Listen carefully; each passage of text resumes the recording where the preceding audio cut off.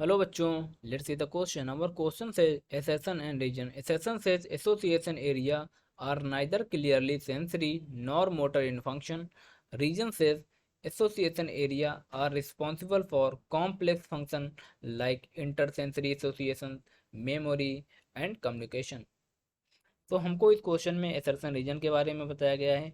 Assertion ये बोल रहा है कि जो एसोसिएशन एरिया होता है हमारे ब्रेन का, वो ना तो क्लियरली सेंसरी होता है, ना ही मोटर होता है इन फंक्शन में, यानी वो कैसा होता है, मिक्स टाइप का होता है।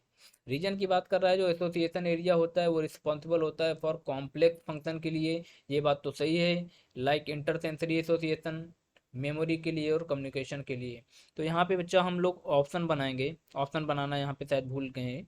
तो ऑप्शन ए अगर होगा, ऑप्शन अगर बी होगा, ऑप्शन सी होगा और ऑप्शन डी होगा। चार ऑप्शन आने चाहिए यहाँ पे।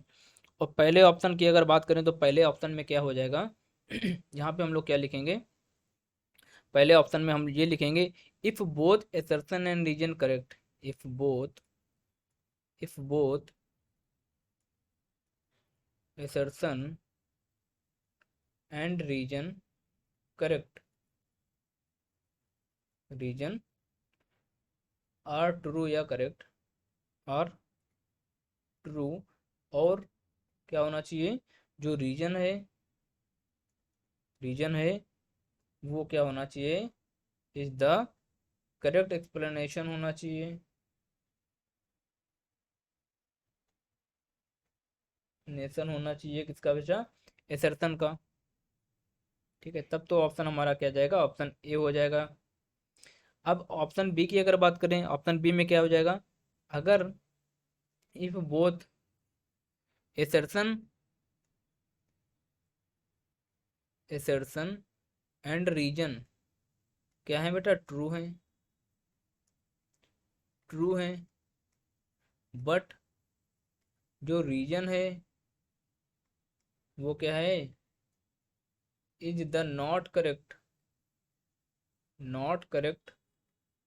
एक्सप्लेनेशन किसका है, एसर्शन का।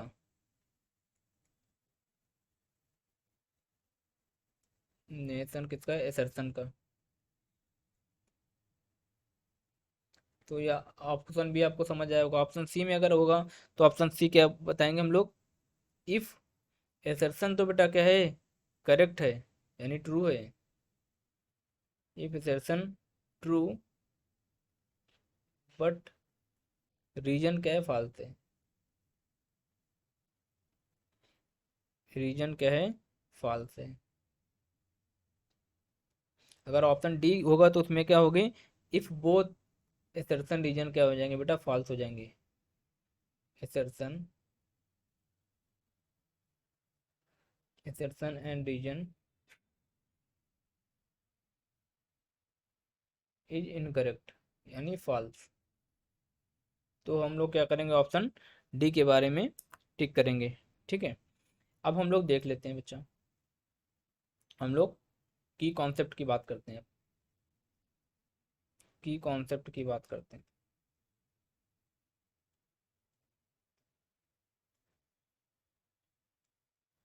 तो की कॉन्सेप्ट में हम लोग क्या बात करेंगे, देखो, जो एसोसिएशन एरिया होता है वो क्या होता है, सेरिब्रल कॉर्टेक्स के पास होता है ना। तो यहाँ पे हम लोग लिखेंगे द सेरिब्रल कॉर्टेक्स जो होता है, सेरिब्रल कॉर्टेक्स होता है, ब्रेन का पार्ट है एक बच्चा। ये क्या है, ये क्या कंटेन करता है, में क्या क्या होता है, कंटेन मोटर मोटर एरिया होता है कुछ, क्या होता है, मोटर एरिया होता है, सेंसरी एरिया होता है, सेंसरी एरिया होता है, जो कि क्या होता है, लार्ज एसोसिएट। ठीक है, इतना बता दिया कि सेंसरी एरिया होता है, मोटर एरिया होता है। जो एसोसिएशन एरिया होता है वो क्या होता है, ठीक है ना। एसोसिएशन इसमें बहुत सारे एक एरिया होगा, जो लार्ज रीजन होगा, लार्ज रीजन जो होगा उसका क्या होता है, फंक्शन बेटा क्लियरली डिफाइन नहीं होता है। लार्ज रीजन जो होगा, डेट कैसा होता है वो, डेट आर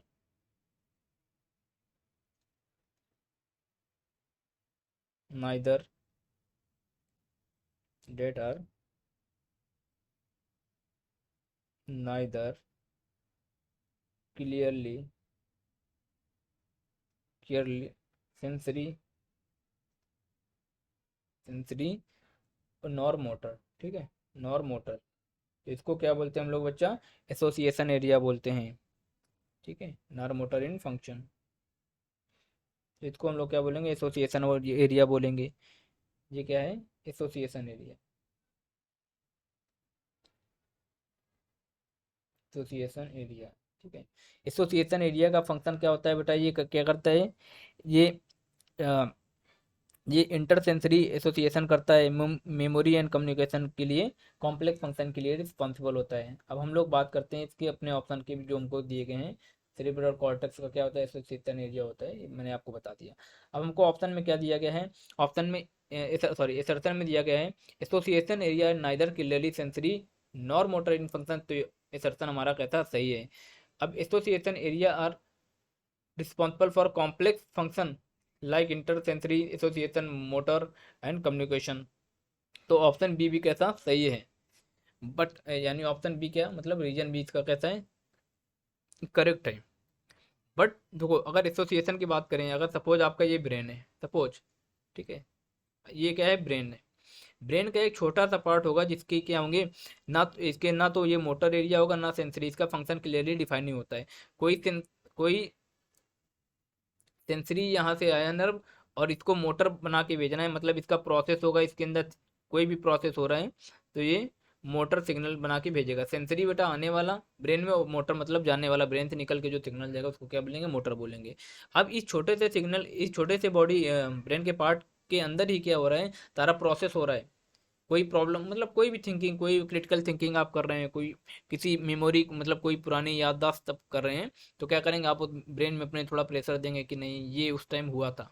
तो आपने सेंस किया हाँ ये उस टाइम हुआ था, तो आपका ब्रेन क्या करेगा, फंक्शन चालू कर देगा अपना, और आपको सिग्नल दे देगा हाँ कि ये कब हुआ था, कैसे हुआ था, क्यों हुआ था, उसके बारे में आपको क्या करेगा, मेमोरी जनरेट कर देगा।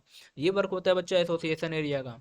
ठीक है, तो यहाँ पे हमको क्या है, दोनों असर्शन और रीजन करेक्ट तो हैं, बट जो रीजन है बेटा वो करेक्ट एक्सप्लेनेशन नहीं है असर्शन का। इसमें ये नहीं बताया कि कैसे कैसे प्रोसेस होता है, ये नहीं बताया गया है।